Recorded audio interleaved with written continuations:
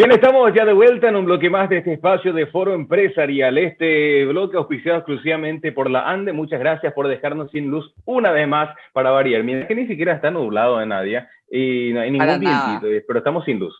Esto como para variar un poquito. Pero bueno, tema aparte, vamos a pasar a otra cuestión. Hablamos de salud, hablamos de una época tan importante como es el verano al que estamos llegando y de personas con hipertensión. Sabemos que el paraguayo se alimenta mal, sabemos que nuestra cultura gastronómica de por sí está muy llena de aceites, grasas, todas comidas muy ricas, pero obviamente ahí donde se desborda muchas veces el cuidado de la salud. Y por eso vamos a hablar de un tema muy, muy importante. Cuidados y recomendaciones por los casos de ACV tras esta ola de calor que está empezando recién. Imagínate a la altura de enero cómo vamos a estar y por eso todos los cuidados pertinentes que tenemos que tener. Vamos a presentarlo a él. Está con nosotros el presidente de la Sociedad Paraguaya de Hipertensión Arterial, el doctor José Ortellado. Doctor, buenas tardes, ¿cómo está? Muy buenas tardes, ¿qué tal David, Nadia y a toda la audiencia? Gracias por su tiempo, doctor. Creo que vamos a hablar de un tema que es más que oportuno, es propicio conocer un poco, porque acá hay unos datos que son verdaderamente alarmantes. En Paraguay, dice, se registran 4.500 ACV al año y 7.500 infartos. Esto es un número sumamente preocupante, doctor. Sí, así es. Y la verdad que no solo en Paraguay, en todo el mundo, la primera causa de muerte son las enfermedades cardio-cerebrovasculares. Antes se hablaba solamente de enfermedades cardiovasculares.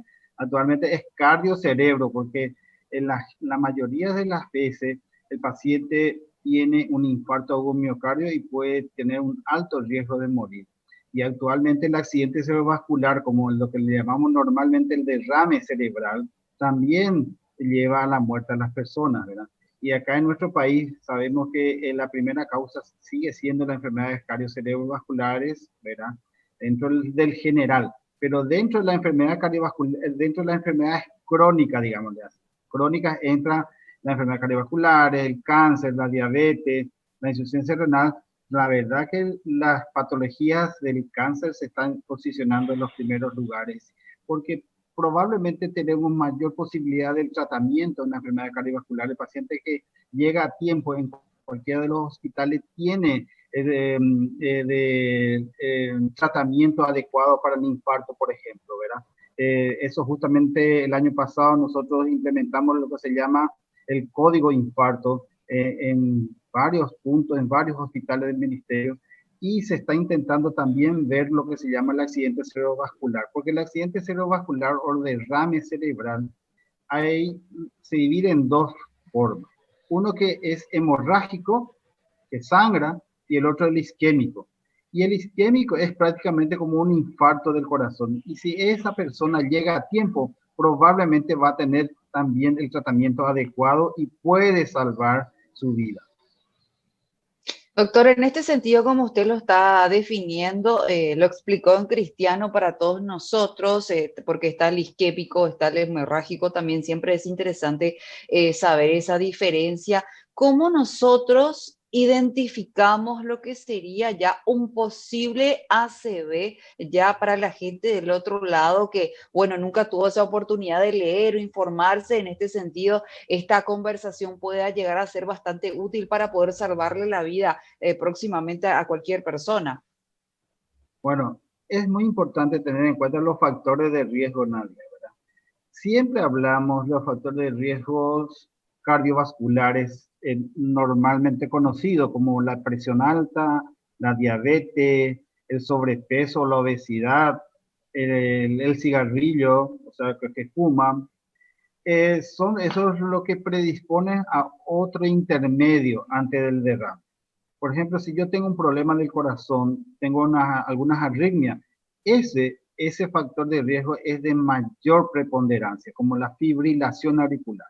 La fibrilación es una arritmia del corazón, pero repercute en el cerebro, porque forman coágulos en el corazón y como el corazón trabaja, está expulsando y está latiendo entre 70 a 100 por minuto, ¿verdad?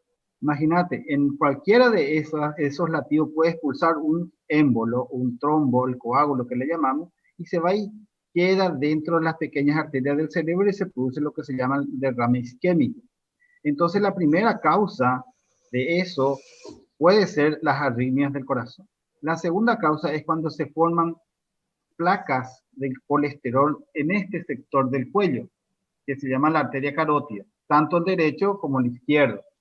Si en esos lugares se forman pequeñas placas de colesterol que se va sumando con el tiempo y va obstruyendo lentamente esa arteria, va a llegar menos sangre al corazón. Entonces también se produce el infarto. Y como un tercer punto es las alteraciones de las propias arterias del cerebro. O sea, en 3 lugares principales yo ya tengo que ir buscando a una persona que tiene diabetes, que tiene presión alta, que tiene obesidad o tiene dislipidemia, que le llamamos alteración del colesterol y triglicéridos. Y aún más si tiene antecedente familiar. Si yo sé que sus tíos o sus padres o sus hermanos de sus padres tuvieron un problema, ellos también tienen un gran porcentaje de posibilidad de tener esas enfermedades. Y es más, a veces esas enfermedades, esos derrames, se adelantan 10 años al antecesor. O sea, si mi papá tuvo derrame en los 70, yo como hijo puedo tener a los 60. Por eso que cada vez vemos más en gente jóvenes, infarto, derrame y todos esos problemas cardiovasculares. Doctor, ahora esta consulta que me parece muy clave, ¿cómo identificamos el momento donde una persona, nosotros estamos teniendo un infarto, un ACV, y cuánto tiempo tenemos para reaccionar y que realmente no puedan haber consecuencias severas todavía? Bueno, cuando yo estoy perdiendo la fuerza de mi brazo y me doy cuenta, es muy difícil a veces pasa eso, muy pocas veces pasa eso, pero muy pocas veces. La verdad, en la mayoría de los casos uno pierde totalmente esa conciencia y cae al suelo, ¿verdad? Entonces, pero puede ser que algunas veces, y me tocó a mí, siendo médico, verle a una enfermera arrastrar las piernas caminando. Se estaba instalando un accidente cerebrovascular en ese momento y probablemente isquémico, porque el 60% son isquémicos los accidentes cerebrovasculares y un 40% hemorrágicos. Entonces yo le estaba viendo a esa persona, paciente, o sea, esa persona ayer estaba caminando normalmente y hoy empezó a arrastrar las piernas. Evidentemente que hay una parte del cerebro que estaba lesionándose en ese momento. Esos son muy raras veces también ocurren, ¿verdad? Entonces, rápidamente uno debe actuar. Ahora, si el paciente perdió el conocimiento, tuvo liberación del esfínter, por ejemplo, se le encuentra mojado que orinó, que está todo mojado en esa región, o que tienen salivación en la boca, son signos de que perdió el conocimiento. Y entonces hay que llevarlo directamente a los hospitales de mayor complejidad porque probablemente en esos hospitales va a tener la posibilidad de recibir el tratamiento adecuado por la complejidad que presenta este cuadro.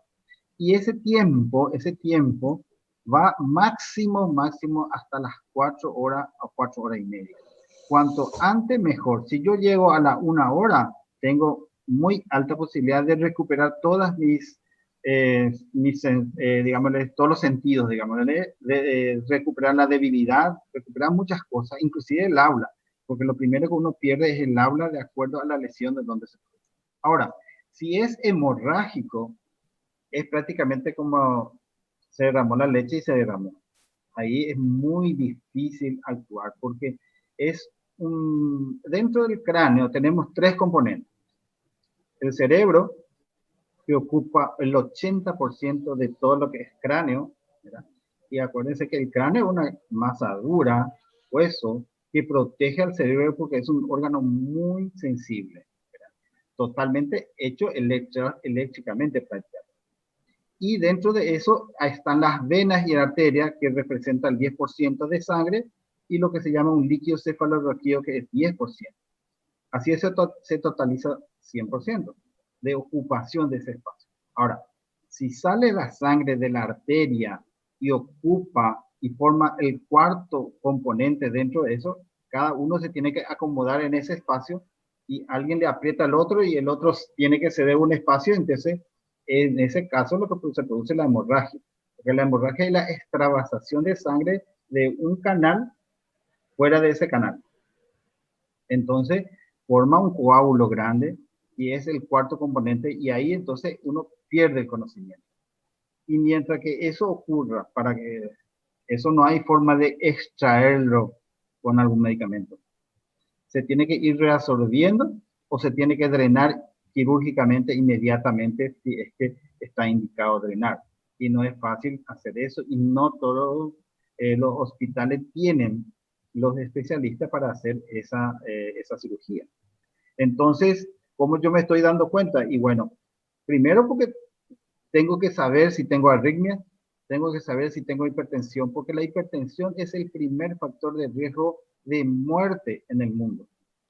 Y la hipertensión, la presión puede subir en cualquier momento. Sin que uno se dé cuenta, está teniendo presión alta, porque no da síntomas. Eso es un tema importante. El otro tema importante para lo que es derrame cerebral son si es que el paciente tiene colesterol elevado o tiene diabetes. Porque esos son factores que descomponen las arterias. Y al descomponer la arteria, lesionan todos los días si es que están descontrolados esos factores de riesgo. Y el otro tema muy importante es tener en cuenta la deshidratación. Cuando yo no me doy cuenta, me estoy deshidratando, entonces mi concentración de sangre cada vez se hace más espeso y es más fácil formar coágulos. Y si aún fumo, es peor, porque eso aumenta los coágulos en la sangre. Y otros temas son otros casos más raros, pero estos son los puntos principales a tener en cuenta. Sumamente interesante lo que nos estaba comentando, doctor. Por otra parte, me encantaría consultarle cuáles serían algunas de las consecuencias ya que deja el ACV, por supuesto. Sabemos que el momento de atacar y de enfrentarse a esta situación tiene que ser el menor tiempo para poder evitar justamente las secuelas. Y en este sentido nos gustaría que nos simplifique y nos ejemplifique más o menos, por un lado, las secuelas del ACV isquémico y por otro lado también las del ACV hemorrágico. Sabemos que, bueno, en el conocimiento que tenemos, de repente el hemorrágico puede de repente afectar el tema del habla, obviamente dependiendo a qué hemisferio se encuentre, en qué hemisferio se encuentre el sangrado, por ejemplo. Bueno, muy importante. Antes que me olvide, acuérdense del calor. El calor también hace que uno sude, pierde líquido, concentre la sangre y se puede formar coágulos. También eso hace que la presión aumente. Por eso es muy importante en estas épocas, estas olas de calor, es una buena hidratación, una alimentación liviana, con poca sal. Exactamente esa agua hay que tomar constantemente. Y algo muy práctico, si yo tengo menos de 90 kilos, 2,5 litros de agua. Si tengo más de 90 kilos, 3 a 3,5 litros de agua. Y, por supuesto, si yo voy a estar trabajando desde las 7 de la mañana hasta 5 de la tarde, las 6 de la tarde, almorzar principalmente comidas livianas con bajo contenido de sal y bajo contenido de grasa. Eso es fundamental en estos tiempos de calor. Bueno, las secuelas, una vez instalado el derrame o el accidente cerebrovascular, ya sea hemorrágico o isquémico, las secuelas son iguales. O sea, pasando ya las 6 horas de un accidente, tanto hemorrágico como isquémico, todos son iguales. O sea, uno puede perder el habla, así como decir, si yo soy diestro, mi cerebro dominante es el izquierdo. Si yo soy zurdo, mi cerebro dominante es el derecho. Entonces, si siendo diestro y me lesiono el izquierdo, casi seguro que voy a perder el habla y probablemente me pierdo el contacto externo. No voy a poder expresarme ni entender nada. Ni entiendo ni entiendo. Entonces, si yo no muero al instante, o sea, si no hay una mortalidad en ese momento, que es alto también, puede complicarse varias formas, porque el paciente perdió todos los sentidos. puede broncoaspirar, o sea, puede vomitar o puede inclusive aspirar su saliva y se van los pulmones y se produce una neumonía, porque las vías respiratorias deben ser estériles, solamente debe entrar oxígeno. Y ese oxígeno que yo respiro ahora es filtrado por los pelos de la nariz, va calentándose lentamente por las vías respiratorias superiores hasta llegar al pulmón. Y en el pulmón ya llega con una temperatura adecuada al cuerpo interno, a la temperatura interna. Imagínense si ustedes respiran un fuego, directamente va a quemarle las vías respiratorias y se va a producir una lesión de quemadura interna. Entonces, es importante tener en cuenta que uno de ellos es la neumonía por broncoaspiración. Segundo, son las secuelas del accidente cerebrovascular ya directamente, es la pérdida de la actividad muscular. Puede ser una pérdida de la actividad muscular de la mitad del cuerpo si yo tengo una escala en donde nosotros evaluamos del 3 a 15. Cuanto menos de 7 tengo, casi estoy perdiendo todo lo que es el relacionamiento externo. Si por encima de 10 probablemente entienda algo y pueda levantar mi brazo izquierdo, pero el derecho no. Pero si mi escala está por debajo del 50% o menos de 7, ninguno de los brazos, ninguna de las piernas, estoy prácticamente en coma. Pero puedo respirar. O sea, mis últimas funciones vitales, que significa mantener la presión, respirar, y mi latido del corazón se puede sostener, pero el resto no tengo. Eso es un estado vegetativo prácticamente. Vegetativo porque solo mantiene sus sistemas vitales. Esas son las secuelas mayores. Hay algunos pacientes, como te dije, puede mantener que te entiende, pero no expresa. Y su nuevo lenguaje, su nueva forma de expresarse son las señas. De hecho, luego, el lenguaje de señas es una forma de comunicación, una forma de lenguaje la más antigua, ¿verdad? Si yo me voy a la China y no entiendo el chino o el mandarín, de alguna forma puedo manejarme con señas, ¿verdad? Puedo gesticular. En cambio, por ejemplo, pedir comida, todo el mundo conoce qué significa esto. Entonces el paciente que no puede expresarse levanta la mano y pide comida o pide bebida como para agua, siéntese, pero no puede hablar. O sea, varios son los problemas. Algunos descontrolan, por ejemplo, el día y la noche, la vigilia, la diurna, entonces se siente todo el tiempo despierto. Algunos descontrolan el esfínter vesical, o sea, hay que mantenerle sondado todo el tiempo, porque no siente cuando va a orinar. O sea, todo está controlado en nuestro cerebro. Por eso que el órgano principal de nuestro cuerpo es el cerebro. Muy relacionado con el corazón, pero el cerebro es el que controla todo. Nuestra computadora totalmente está en el cerebro. Así es. Totalmente. Doctor, no, para ir finalizando, lastimosamente no nos queda mucho tiempo, hay demasiadas preguntas que tenemos en el tintero, es un tema demasiado importante y más todavía en esta época. A modo de resumen y consejos, más allá de la alimentación, que tenemos que cuidarnos, hacernos con la sal y mucha agua, ¿qué más podemos hacer para prevenir estas situaciones? La mejor forma de prevenir los accidentes cerebrovasculares si es que uno sabe qué factor de riesgo y hace la prevención y el control. Segundo, el chequeo constante chequeo, controles con sus médicos cabecera, principalmente ya sea el clínico, neurólogo, el cardiólogo, sea lo que sea de acuerdo a su patología. La actividad física y la actividad mental. Eso es fundamental. La actividad física va a hacer que preserve y oxigene constantemente el cuerpo, oxigene una buena oxigenación, un oxígeno puro. No significa que yo vaya a correr, Mariscal López, a las 11 de la mañana, a las 10 de la mañana, donde hay mucha polución. Sí tengo que respirar aire puro, para eso aire no contaminante, y por eso es importante en las ciudades cardiosaludables. Eso es lo que se entiende en todo el mundo actualmente. Cardiosaludable significa que haya oxigenación, que yo pueda caminar por las calles y respirar aire puro y no contaminado. Ese es un otro. Y el otro punto principal es la actividad mental. tengo que hacer una actividad que me genere actividad dentro del cerebro. Y la mejor actividad del cerebro no es hacer pesas, no hacer esfuerzo, solamente leer, tratar de hacer algunos problemas mentales que requieran el trabajo de la conciencia, inclusive, ¿verdad? Entonces, eso es lo más importante. Tratar de vivir tranquilo, desestresado, porque el estrés también lesiona al cerebro de por sí solo, cualquier forma de estrés, y intentar de no deprimirse nunca. Siempre mantener la mente positiva, la liberación de esas sustancias que se producen a nivel cerebral y de algunas glándulas que hace que una persona se siente tranquila, feliz constantemente. Eso hace bien al cerebro.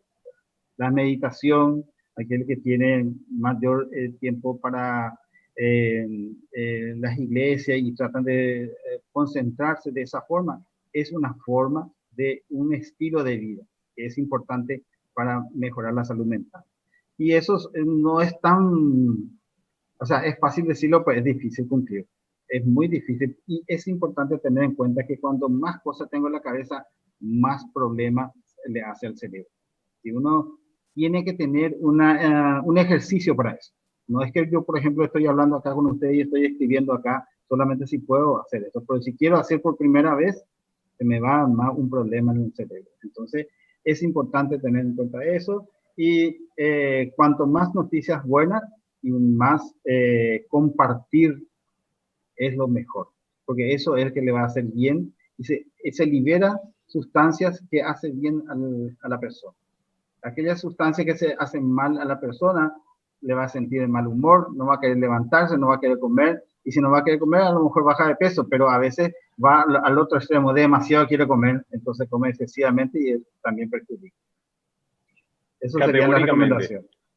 Excelente consejo, realmente, doctor. Importantísimos datos que nos dio en este blog. Estoy seguro que la teleaudiencia también va a saber bien aprovecharlo y tener en cuenta todas las recomendaciones. Queremos agradecerle por este valioso tiempo y, como siempre digo, esperando que nos sea la última entrevista.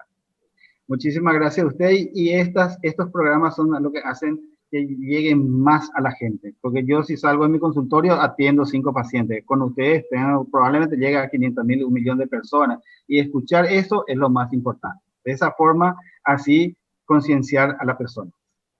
Excelente, muchísimas gracias realmente, doctor, y un gran saludo. Gracias igualmente a ustedes. Bien, con esto, Nadia, tenemos que ir finalizando este encuentro del Foro Empresarial, lastimosamente. Totalmente, a producir dopamina y por supuesto todas esas, las endorfinas que nos producen esa sensación de bienestar y calma, como dice el doctor. Vamos a estar mañana, jueves a las 16, como siempre, en este foro empresarial. Muchas gracias a todos y bueno, va a ser hasta mañana. Asimismo será hasta mañana. Gracias como siempre por la compañía. Que tengan un buen resto de jornada. Chao, chao.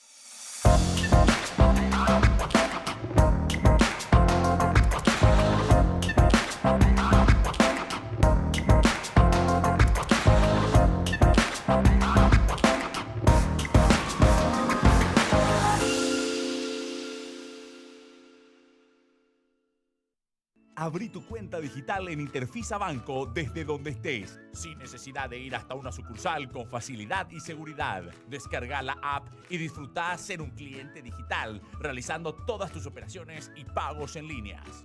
Interfisa Banco, tu banco a tus órdenes. Invertí en tiempo para vos. Invertí en tener el control. Invertí en lo que te da confianza. Invertí